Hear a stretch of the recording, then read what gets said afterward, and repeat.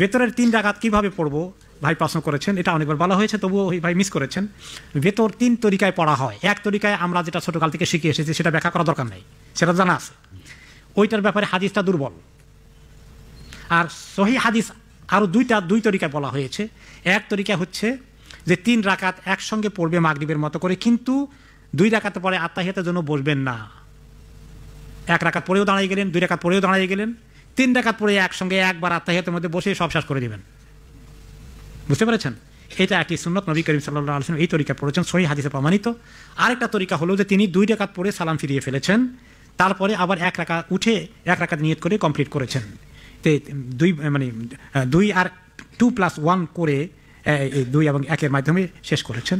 এটাও উনি আমল করেছেন। এই দুটোটা উনি বেশি করে আমল করতে, কোনো সময় 2+1, কোনো সময় all 3 in 1 go, এই দুটোভাবে তিনি সহিহ তরিকায় হাদিস আছে প্রমাণিত হয়েছে। এই জন্য আমরা এখানে